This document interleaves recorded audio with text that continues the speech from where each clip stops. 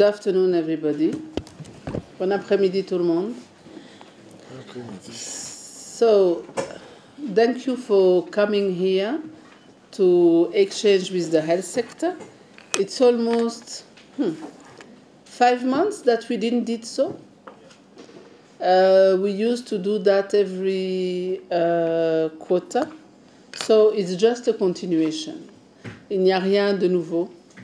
Merci d'être venu. D'habitude, on se rencontre tous les 3 mois. Cette fois-ci, ça fait plus de 5 mois à peu près qu'on ne s'est pas rencontrés. Et c'est très bien de se voir et d'échanger. Donc, ce n'est que dans ce cadre-là, rien de particulier.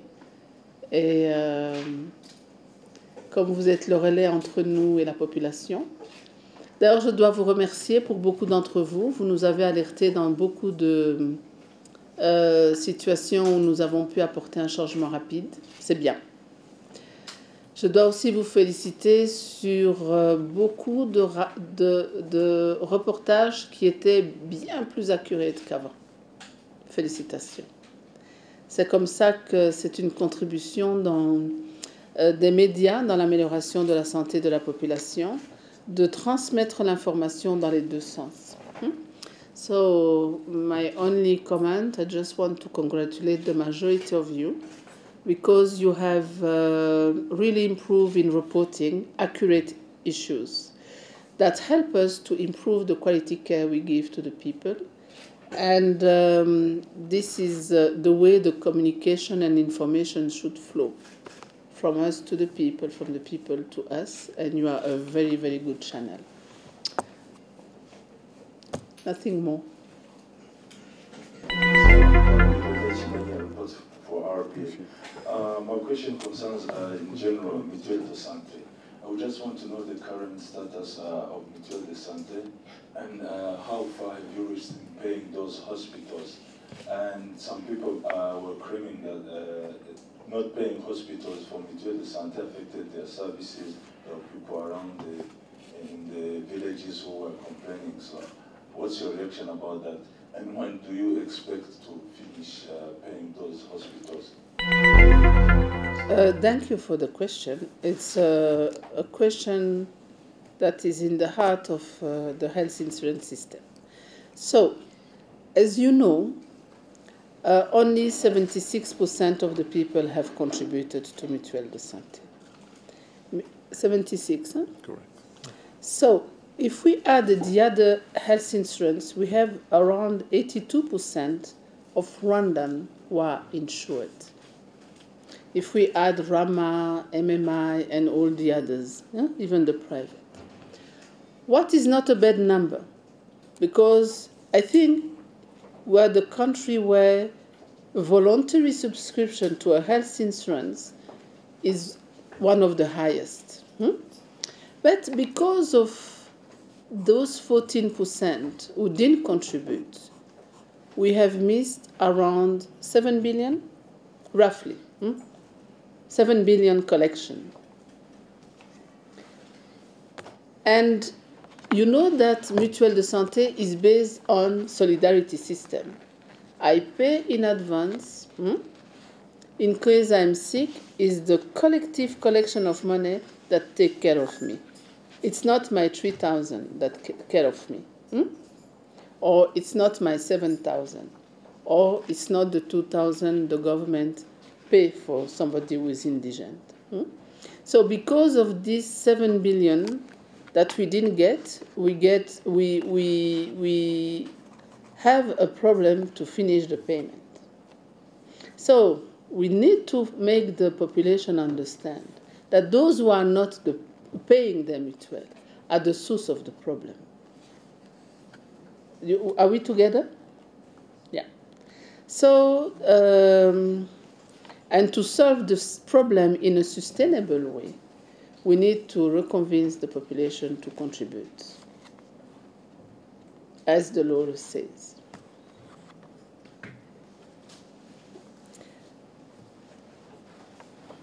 So this is for the future.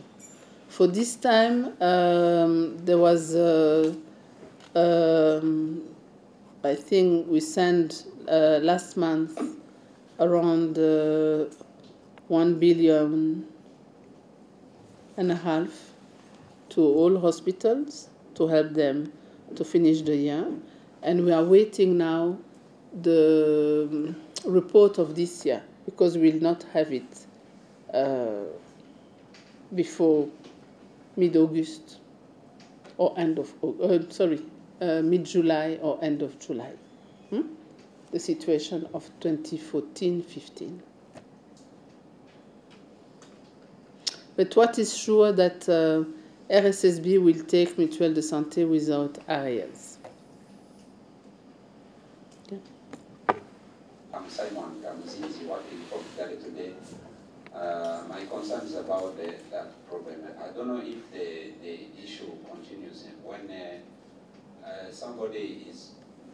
when somebody goes to the hospital when he has some disease, they only consult and they write the medicaments to go and buy himself or herself to the medicament outside the hospital. So is it the problem that continues, or I don't know? I want you to answer. So for this problem, it's linked to the first problem, meaning as the contribution to health insurance was lacking a certain amount of money, hospitals were not reimbursed for the drugs they have buy. So it have provided them with problem to buy new drugs. So when everything will be put in order, and especially when every Rwandan will contribute, as they should contribute, this problem will be solved. Because normally a hospital gives you medicine, it's not for free. With this amount of money, they buy, you pay 10%, and the health insurance reimburses a portion. So when they have 100%, they buy again the same drugs, and they refuel their stock. So this also will be improved. Next question. I have two questions. One is directed to Mutuelle de Santé. You say that you need more sensitization. And there have been so many reports talking about the election of Mutuelle de Santé. The statistics went down. So you will tell us the new strategy that you are going to implement. And then what about the strategy to fight against the malaria? So that they have been the issue of mosquito nets.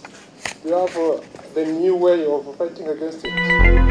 The sensitization, the best approach is Mudugudu by Mudugudu.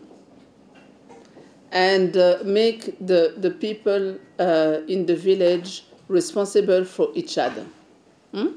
Because on top to be a sensitization is also a responsibility. There is no Rwandan that doesn't know that they have to pay the Mutuelle de Santé. But how make the bed payers understand that not paying when we are many is jeopardizing the system? Did I answer your question? So Mudugudu, through the head of Mudugudu. Is it because they lack, I think part of the reduction has been caused by the poverty, I think. The ability of people to pay that. Could you tell me that Rwanda is more poor today than in 2011? I think so. I don't think so. Indicators are there. Just go in international indicators, even not indicators of the government of Rwanda. Rwanda is not poorer than in 2011. And it's not that there is no poor, because I want to recall that for the 25 bottom poor, the government is paying. You understand? So those who are among the 75% others, they have to pay according to their income estimated through their pay in the village. But the economic growth has, not only in Rwanda, in many countries in Africa, has gone like that, not like that, except, of course, the countries who have suffered from huge outbreak like Ebola or something like that, that have destroyed a big portion of the economy. Ça va? So your second question was about, remember me? So the malaria, so the bed nets that were substandards, this happened once, it's not going to happen twice. And I want to recall that the factories that have sold, not only in Rwanda, in many countries in Africa and even in Asia, these factories is no longer allowed, no longer WHO approved. So, and the strategy we have to solve this is that we are not going now to rely on international testing done at the factories and before shipping. We test also when they come in Rwanda. So we have had a level of security that is not in the international guidelines, but that's the only way, if there are deficiencies at level international, that to be secure. Also, we have distributed almost 2 million, 1.4. We have distributed 1.4 bed nets to replace those one already. And there are more to come. There is also a big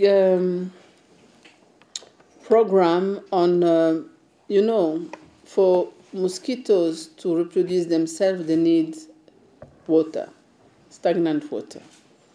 So through Minaloc, through Umuganda, through many approaches, we sensitize across the country to avoid those environmental situations that are in favor of mosquitoes' reproductions. De la Voix d'Amérique.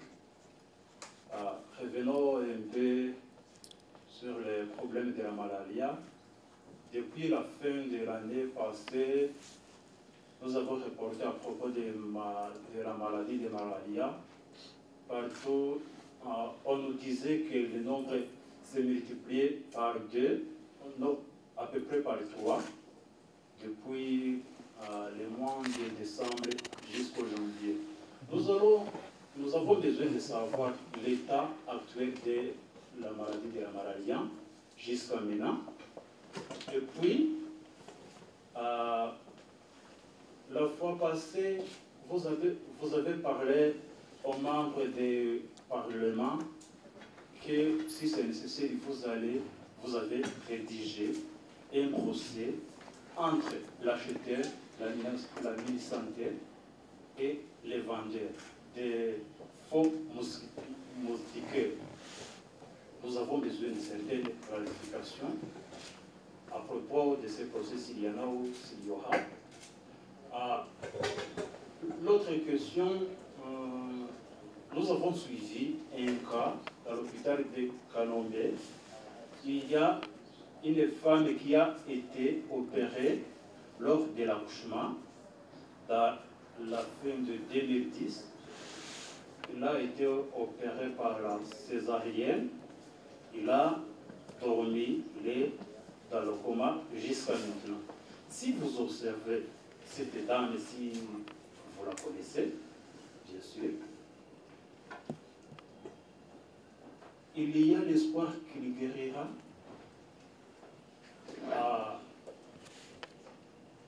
Quoi encore, si vous avez d'autres cas, vous pouvez nous dire. Merci. Merci pour la question. D'abord, les cas de malaria vont en diminuant. cette année. En janvier, on avait 223 356 cas. Et en avril, je vais passer tous les mois. Hein. En avril, on en a 139 000. OK? Donc ça diminue.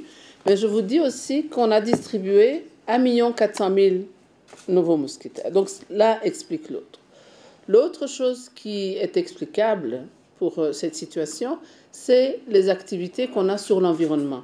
Quand on dit il faut... Et ça, nous, on compte beaucoup sur la presse pour mobiliser la population avec nous.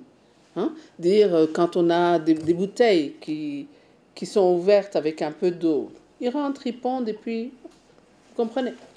Donc l'environnement, c'est très important.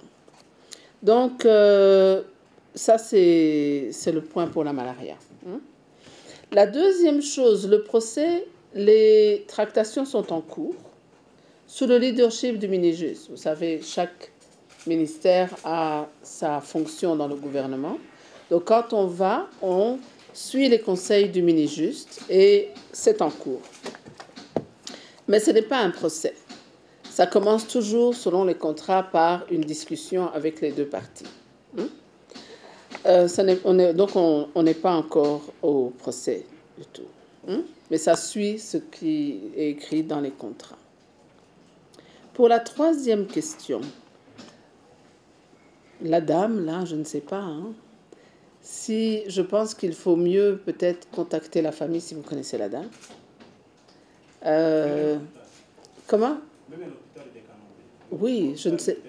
Oui, donc même pour ça, je ne peux pas vous répondre comme ça. Ce que je peux vous dire, parce que je ne sais pas de quelle dame vous parlez. Et je dois vous dire même une chose. Si je connaissais le diagnostic, la dame et le pronostic, je ne vous dirais rien parce que ça fait partie du secret médical. La loi est contre ça. Ce sont des informations que moi j'aurais eues à travers mon travail. Et la loi est claire, je n'ai pas le droit de les sortir. Mais on peut discuter d'un cas où on a une dame qui, à cause d'une erreur médicale, a un problème. À ce moment-là, il y a tout un système qui existe où elle peut avoir recours. Donc la famille, parce que si elle est dans le coma, c'est la famille qui a recours. Le mari, les parents, les enfants peuvent avoir recours contre l'erreur médicale. Et ce que je peux vous dire, que ces dossiers-là, pour le moment, passent en justice. Dans le futur, on est en train de créer une commission qui va analyser toutes ces plaintes avec l'aide du Conseil de l'Ordre des médecins, du Conseil de l'Ordre des infirmiers, du Conseil de l'Ordre des qu'on appelle Allied Science, les sciences alliées. Ils analysent le cas, ils voient s'il y a eu une faute professionnelle et les responsabilités sont bien claires et la personne doit soit compenser si c'est une négligence qui n'est pas criminelle, soit c'est la justice en tant que telle si la négligence est criminelle. Donc, tous ces cas, sans les personnaliser, ont droit à une telle approche. Et je vous dirais qu'il y a des gens que le système fonctionne. Donc, il y a des gens qui ont saisi les instances habilitées, qui ont eu raison et qui ont eu des compensations. N'avez-vous pas d'autres cas pareils?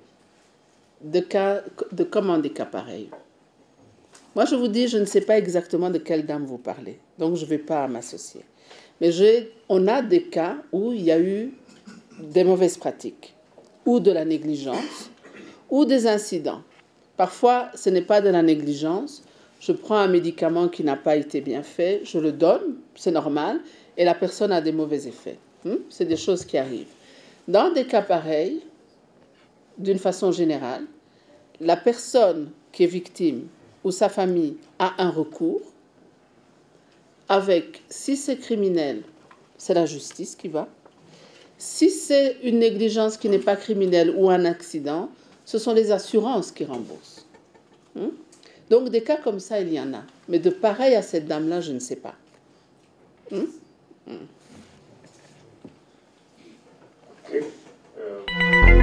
Parce que la loi du budget n'est pas encore passée au Parlement. Elle a été expliquée. Honorable ministre Gatete est allé, a expliqué au Parlement ce qu'on voulait faire. Mais il faut attendre qu'elle soit votée et on se reverra plus régulièrement, donc on va parler du budget. Mais ce qu'on a fait cette année, comme toutes les autres années d'ailleurs, on a continué notre avancée pour les progrès pour atteindre les objectifs du millénaire. Vous savez que c'est cette année que ça va être évalué et qu'il y a des domaines dans lesquels on devait faire des efforts, notamment la mortalité néonatale, notamment la mortalité maternelle et la malnutrition. Donc on a vraiment fait des efforts dans ce domaine-là et aussi des efforts pour continuer à rapprocher les soins à la population par cette nouvelle approche de Health Post, d'un poste de santé au niveau de chaque cellule. Nous en avons cette année construit à peu près une centaine, construit ou réhabilité une centaine. Ça veut dire que dans ces postes, il y aura des infirmières à 2 et qu'ils vont donner des soins à la population d'une façon plus rapprochée. Donc diminuer le temps de marche, la distance entre les clients et ceux qui donnent les soins. On a aussi continué les constructions. Vous savez que le gouvernement a un plan de construction des formations sanitaires. Donc, dans les grandes lignes, donc, la diminution des obstacles géographiques. Dans d'autres programmes, la lutte contre la mortalité maternelle, infantile et surtout néonatale, et puis continuer la lutte contre la malnutrition. Un grand objectif aussi de cette année était de renforcer la mutuelle de santé par son transfert vers une institution financière. Maintenant que la mutuelle, on a prouvé que ça fonctionne, parce que ça a augmenté la qualité, la consommation des soins. Si on regarde en 2011, par exemple, on avait environ 7 millions de consultations par an pour tout le Rwanda. En 2014, on en a eu 12 millions. Donc ça veut dire que la population a consommé des soins. Ça répond un petit peu à la pauvreté. On est passé de 7 millions de consultations à 12 millions. Donc ça veut dire que la consommation et l'apprentissage d'utiliser les soins et aussi d'aller plus tôt dans le centre de santé ou l'hôpital qu'avant, il y a des progrès. Est-ce que j'ai répondu à votre question, Pauline? Mu bitaro byinshi twagiye tuganira n'abamedecin baho bakatubwira ko ikibazo cyane cyane byo mu giturage bakavuga bati nta kibazo kindi dufite uretse uburyo pema za mituweli zikora. Ni ukuvuga nimba sinzi uburyo mubikora ariko sinzi n'uburyo sisiteme yubatse, ariko bakavuga bati tujya tuvura abantu, umuntu ntabwo yaza ngo ureke kumuvura ari abakene ari biki, ariko ugasanga mituweli iratinda kwishyura. Numvise muvuga nk'aho wenda statistics zaba zaragabanutse, ariko turajya mu makararifi aho ngaho. Ese na mbere zitaragabanuka ko n'ubundi ikibazo cyo kwishyura cyatindaga, wenda bikadindiza imikorere y'ibitaro, ibitaro ntibibona amafaranga yo kugura imiti, yo gutanga amaserivisi atandukanye. ubu ngubu icyo kibazo cyaba kimeze gute se ikibazo cya mituweli muri rusange kimeze gute? Ikindi nashaka kubaza ni ku bijyanye n'abaganga mu bitaro cyangwa mu bitaro, aho bikunze kuvugwa ko abaganga ni bake. Usanga ibitaro byinshi bigira excuse yo kuvuga ngo abaganga ni bake, abaganga ni bake. Ese ibyo ngibyo mwebwe mubisobanura gute nka Minisante, mu gihe tuzi yuko inshuro nyinshi buri mwaka kaminuza zisohora abaganga? Icyo kibazo mugisobanura gute nka Minisante? Urakoze. S'il y a 7 milliards qu'on n'a pas collectés, vous voyez ce que c'est 7 milliards? C'est de là que vient le problème de remboursement. Et ce que je vous ai dit aussi, j'ai le vrai chiffre ici, c'était que on a donné récemment, en fait, au total, les 3 derniers mois, on a donné 2 milliards. Hein? On a donné 2 milliards aux hôpitaux les 3 derniers mois. Hein? Et le mois passé, on a donné 1,6 milliard. 1,6 milliard. Hein? Je disais 1,5 milliard, mais je vois le chiffre ici. C'est 1,6 milliard. Donc, c'est sûr que les hôpitaux n'ont pas été remboursés totalement jusqu'à présent. Hein? Et ce qu'il y a, c'est que le fait que on va renforcer la sensibilisation, madame, et on compte sur vous pour la renforcer avec nous. C'est pas vrai. That's the job of the press also. It's our job, it's the job of every Rwandan. C'est pas vrai. Donc tous ensemble, on doit, parce que c'est un système qui marche, ça a fait ses preuves. Si je vous dis qu'on passe de 7 000 consultations à 12 000, ça veut dire que la population en a besoin et que la population l'use. Mais si il y a des personnes qui ne payent pas, la mutuelle a un déficit. Parce que la mutuelle vient, et ce n'est pas nécessairement les indigents, parce que les indigents, on paye pour eux. Les 25% des indigents, on paye pour eux.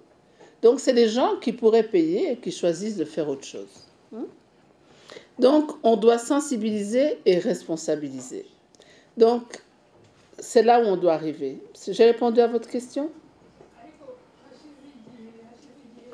La question est de savoir comment est-ce que vous allez faire, comment est-ce que vous allez mieux sensibiliser plus qu'avant, parce que la sensibilisation a été toujours là, on a arrêté les gens. Qu'est-ce que vous allez faire? Non, on n'a pas arrêté les gens. Dites-moi une personne qu'on a arrêtée les 3 dernières années. Hein? 12, 13, 13, 14, 14, 15. Vous connaissez une personne qui a été arrêtée? Et ce n'est pas l'objectif. L'objectif n'est pas là. L'objectif, c'est de responsabiliser. C'est comme les personnes qui ont une assurance de véhicule. Il faut savoir que on peut avoir une assurance pendant 10 ans et ne pas avoir d'accident. Ça doit rentrer dans les mœurs de dire qu'on a une assurance. Surtout que la mutuelle est basée sur la solidarité, pas basée sur soi-même. Elle est basée, donc tout le monde cotise, une partie d'entre nous est malade et tout le monde peut se faire soigner, tous ceux qui en ont besoin. Donc la sensibilisation, on va la renforcer, madame. On va utiliser plus les médias, vous allez faire des... on va utiliser tous les channels possibles, mais surtout au niveau du village, là où les gens vivent, là où les gens se connaissent les uns les autres, là où les gens peuvent se convaincre les uns les autres. Quand est-ce que vous prétendez finir payer ces hôpitaux? Les hôpitaux, on attend les dettes de cette année, parce qu'on ne sait pas les factures de cette année. Et puis, le gouvernement va se réunir et voir comment on va régler le problème. N'oubliez pas que ces hôpitaux sont des hôpitaux du gouvernement aussi, qui reçoivent de l'argent du gouvernement, qui ont les salaires payés par le gouvernement. Ce n'est pas comme les privés. Donc, ce sont pas des hôpitaux comme s'ils étaient en dehors de nous. Ce sont les hôpitaux et nous, c'est le secteur santé. Donc, pour la question des médecins qui ne sont pas nombreux, madame, on a un plan qui est très ambitieux. Chaque année, on veut enrôler 100 médecins pour faire des spécialisations. Et chaque année, l'université produit environ 80 à 100 médecins. Vous connaissez le programme qu'on appelle Human Resources for Health et qui amène ici 100 Américains chaque année pour former à la spécialisation, pour former les professeurs à former et pour former, et en même temps que former les spécialistes. Donc pendant encore 4 ans, les médecins généralistes qui rentrent, il y en a autant qui sortent pour aller dans la spécialisation. Et ça commence à payer ses fruits parce que maintenant, cette année, on a recruté beaucoup de spécialistes et l'année prochaine, on en recrute encore 35. Ils commencent à sortir. Faire une spécialisation, ça prend 4 ans. Et on a commencé il y a 3 ans. Donc, l'objectif est d'avoir des spécialistes dans tous les hôpitaux de district. Mais pendant ce temps, comme on n'a pour le moment qu'une seule université, il y en a d'autres qui arrivent, le même nombre qui sort, c'est le même nombre qu'on prend pour envoyer en spécialisation, même si ce n'est pas les mêmes. Ça va? On va encore prendre une question. Programme de décentralisation des soins médicaux entre les hôpitaux de province en augmentant les hôpitaux de référence. Mais le problème qu'il y a, c'est que les médecins qui sont déjà envoyés là-bas, ils nous disent qu'ils n'ont pas d'équipement pour faire le travail qu'ils ont étudié. Alors, cela a un impact négatif car le CHK continue toujours à avoir beaucoup de transferts et aussi des rendez-vous de longue durée existent toujours au CHK. J'aimerais votre commentaire là-dessus. Mon commentaire là-dessus, c'est qu'en général, on envoie. Il y a des domaines où l'équipement n'est pas complet, mais le programme fonctionne. Je vais vous donner l'exemple de Ruhengeri. À Ruhengeri, on a nommé un chirurgien, 2 gynécologues, un anesthésiste, un pédiatre, etc. Il y en a d'autres. Depuis lors, l'hôpital de Ruhengeri, à Musanze, transfère 30% moins au CHK. Et les gens sont soignés en proximité. Et hôpital par hôpital, à Kibungo, à Rwamagana, où il y a déjà des spécialistes, ça permet de désengorger ici et de soigner les gens chez eux. Donc ça fonctionne. Vous avez un cas précis? Pour la chirurgie, toute la chirurgie ne peut pas être faite à Ruhengeri, par exemple. Mais la chirurgie abdominale, la chirurgie générale peut être faite à Ruhengeri. Et en ayant un chirurgien là-bas, ils utilisent la salle d'opération de là, et les gens ne doivent pas être transportés à Kigali. Et Kigali n'a pas nécessairement tout l'espace même, infrastructure pour soigner ces cas-là. Et ces statistiques, c'est de Ruhengeri et ça date du trimestre passé. Donc chaque année, chaque trimestre, ça s'améliore. Et le jour où il y aura la même chose à Kibungo, Rwamagana, Ruhengeri, Kibuye, ça va vraiment aider de désengorger CHUK, CHUB. Autre chose, maintenant on va avoir un scanner à Kibungo et on va avoir un scanner à Kibuye. Donc vous voyez que la population, on doit décentraliser si on veut servir la population. On ne peut pas attirer toutes les personnes qui ont besoin de soins médicaux à Kigali. Et c'est pour ça aussi qu'on prend 100 médecins chaque année, environ entre 80 et 100 médecins, pour les mettre en spécialisation. Parce qu'on a besoin de ces chirurgiens, de ces gynécologues, etc. Et en même temps, on fait des progrès dans l'achat des équipements. Okay, so I'm getting how many ikibazo baza ni ikijyanye n'abarwayi ahanini usanga bajya nko ku bitaro ugasanga nka muganga ntamuvuyeho akaba yamuha randevu muri clinique. Ese icyo ngicyo mu kivugaho iki ntabwo bishobora kuba wenda byatuma wa murwayi serivisi ari guhabwa aho ngaho atayihabwa neza. Ikindi kibazo mbaza ni ikijyanye n'icyerekeranye na sida. Ese nta ko havugwa ko indaya ziri gukwirakwiza agakoko gatera sida cyane, nka Minisiteri y'Ubuzima n'ubuhe bukangurambaga ikora cyangwa? Ok. La première question, Solange. Français, English? Solange, la première question, c'est de la corruption. Hey, pourquoi la personne accepte? Je ne sais pas. Elle n'a pas le choix. 114, vous connaissez? 114, je suis dans cette clinique, il y a tel médecin qui me dit qu'il ne veut pas me soigner sauf si je vais en privé. We will be there in an hour. Non, il ne faut pas accepter. La corruption a deux voies, les gens. Celui qui accepte et celui qui fait. OK? Et même si elle a accepté, elle peut se plaindre après. Mais il faut avoir le courage de se plaindre. Il ne faut pas aller derrière de me dire à un journaliste qui ne va pas donner de nom, et on n'a pas de nom de médecin, et on n'a pas de nom de malade, on n'a pas de circonstances, on ne peut rien faire. Vous comprenez? S'il n'y a pas de plainte, on ne peut rien faire. Et s'il n'y a pas de plainte, on ne pourra pas arrêter ça. Et nous, notre objectif est d'arrêter. Alors, aidez-nous, et que les personnes, même si elle souffre, elle se fait soigner, après elle se plaint, elle dénonce. Et on va mettre de l'ordre. Ce n'est pas la première fois qu'on va arrêter un soignant de soigner. Interdit pour d'autres choses graves. Ça, c'est grave. C'est prendre en otage une personne parce qu'elle a de la douleur. Ce n'est pas permis. Mais si la personne ne se plaint pas, qu'est-ce que vous voulez qu'on fasse? Il faut les encourager à se plaindre. Ça, c'est votre job. C'est pas vrai? Écrivez là-dessus. Mais quand vous écrivez, pensez aux milliers de médecins et d'infirmiers qui sont bien.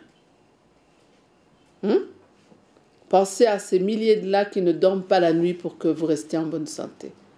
Ce n'est pas parce qu'il y a une brebis galeuse qu'il faut généraliser.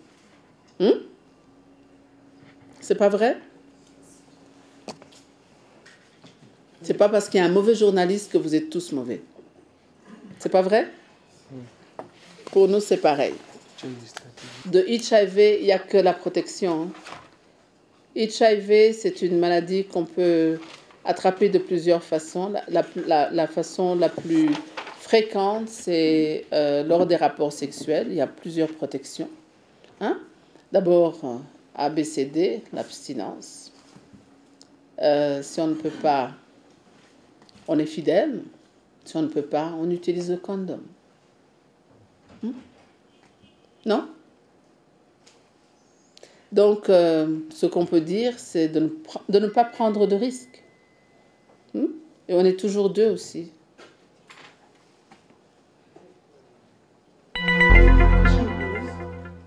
This thing, what we call ibiturani, it became like epidemic. Some are calling them epidemic. For you, how do you call them? How do you call it? Are you aware that it's like that? It is not... Go, continue. When they go to the hospital, they go today, they come, they take medicines and it doesn't work. And they need to go there again. How do you call it? Are you aware of how it is? La grippe. Oui. Vous savez, la grippe it's like just a grippe, but it's not. They go to the hospital like 2-3 times.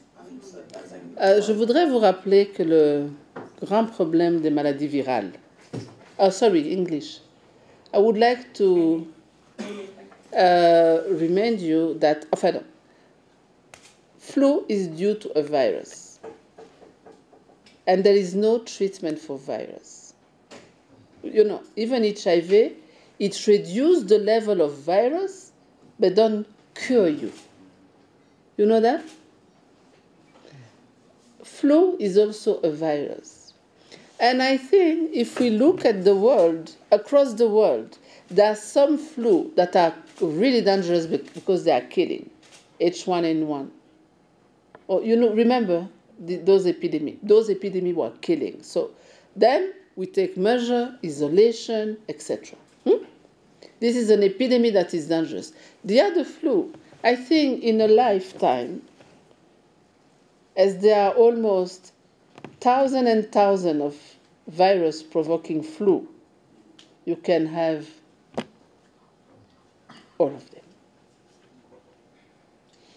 Now, this is just, you Google it and you'll see flu. There are many. When I was a student, we were recording almost more than 5,000 type of flu.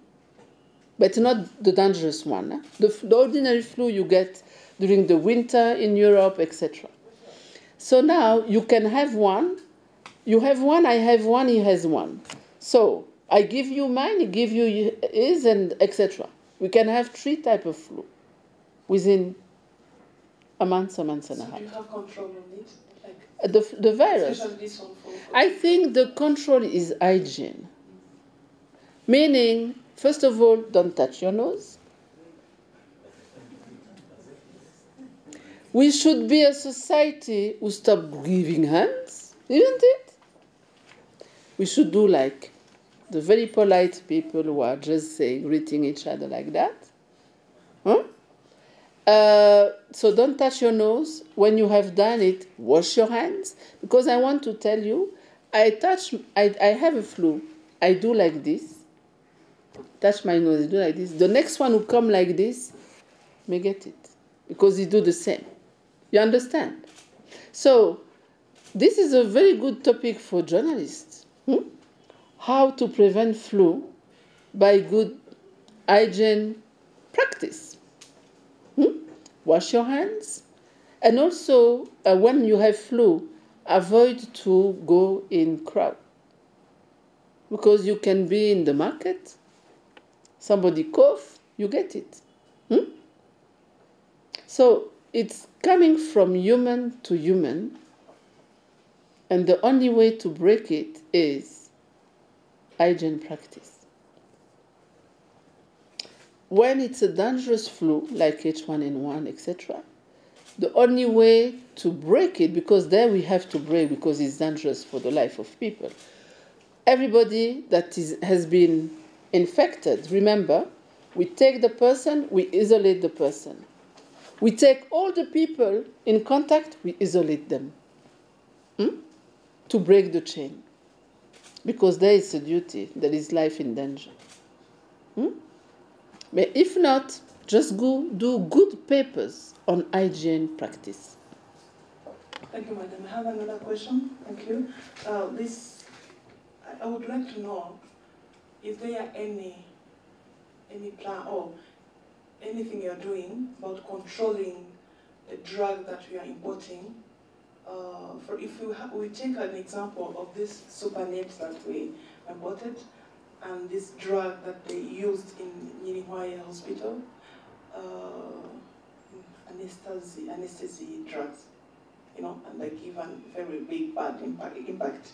So is there don't you think you have a gap in controlling which and how and from where drugs you are bringing in the country? So we are creating a quality lab for drugs that will be at Rwanda Bureau of Standards to control, Rwanda Bureau of Standards. That the Rwanda Bureau of Standards is the no, drugs, they look at standard everything, even our condoms, everything.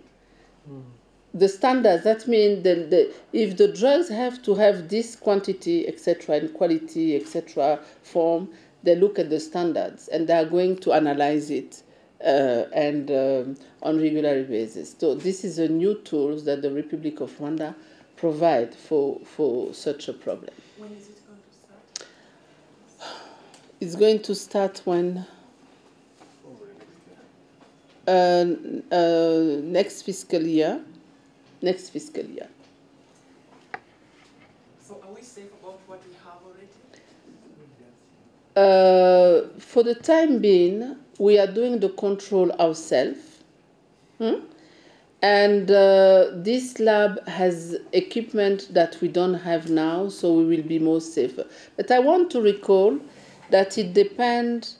There is quite a good fight against counterfeit drugs in Rwanda. We have a very good working relation with Interpol and the police.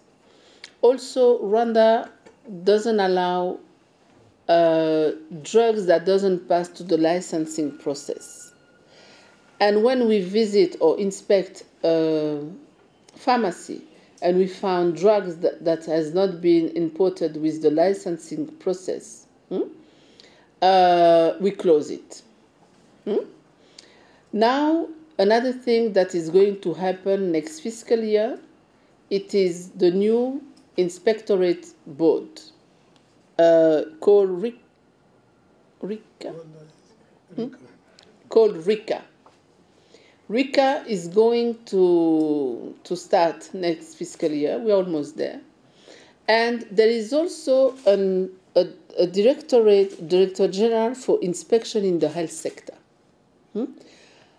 This is a complement of what we have now, because they will have a team dedicated to that, but not only to health. There is a Directorate of Health but there are other things for agriculture, etc. So they will inspect, and Rwanda Bureau of Standards will assess the quality of the goods. So we are going to be better off.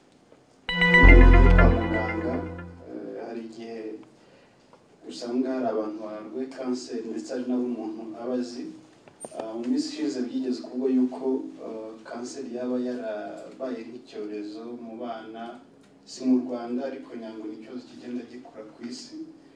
Ese imibare y'abantu barwaye kanseri mu Rwanda yabihagaze gute? Ese nimba ari ibintu umuntu ashobora kwirinda mwasaba iki abaturage?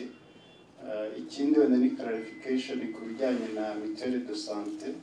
Ubushize mwavuga yuko kugira ngo hirindwe ibyo kunyereza amafaranga ya mituweli hazakoreshwa uburyo bwo gutanga ubwisungane binyuze kuri telefone nka mobile money transfer. Ese bigeze hehe? Bizatangirana n'uyu mwaka? Ngira ngo ni nyuma y'uko. Le cancer a toujours été là. C'est que l'espérance de vie est plus longue. Et les décès dus aux maladies infectieuses diminuent.